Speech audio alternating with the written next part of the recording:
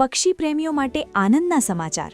જામનગરના ખીજડીયા અભયારણ્યમાં મહેમાન બન્યા 2 લાખથી વધુ પક્ષીઓ. 2 દિવસીય પક્ષી ગણતરીની કામગીરી થઈ પૂર્ણ. પક્ષીઓના સ્વર્ગ સમાન ખીજડીયા અભયારણ્યમાં 6 અને 7 ફેબ્રુઆરીના રોજ વિશેષ પક્ષી ગણતરી યોજાઈ. વન વિભાગના માર્ગદર્શન હેઠળ 100થી વધુ પક્ષીવિદો અને નિષ્ણાતોની 12 ટીમોએ આધુનિક ટેકનોલોજીની મદદથી આ કામગીરી કરી. પ્રાથમિક અંદાજ મુજબ અહીં 300થી વધુ પ્રજાતિના 2 લાખથી વધુ પક્ષીઓ હોવાની સંભાવના વ્યક્ત કરવામાં આવી છે. આ ગણતરી દરમિયાન માત્ર સંખ્યા જ નહીં, પણ પક્ષીઓના વસવાટની સ્થિતિ અને પર્યાવરણ પર થતી અસરોનો વૈજ્ઞાનિક ડેટા પણ એકત્ર કરવામાં આવ્યો.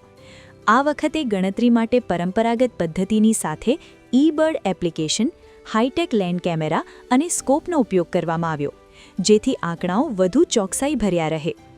ગણતરી દરમિયાન જો કોઈ પક્ષી ઘાયલ અવસ્થામાં જોવા મળ્યું તો વન વિભાગની ટીમ દ્વારા તેનું તાત્કાલિક રેસ્ક્યુ કરી સારવાર પણ કરવામાં આવી.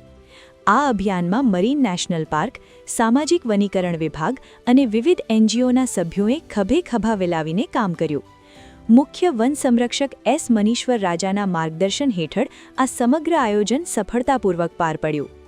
કામગીરીના અંતે નિષ્ણાતો વચ્ચે એક મહત્વની બેઠક પણ યોજાઈ, જેમાં અભયારણ્યની સુવિધાઓમાં સુધારો કરવા અને વધુ પક્ષીઓને આકર્ષવા માટે મંથન કરવામાં આવ્યું.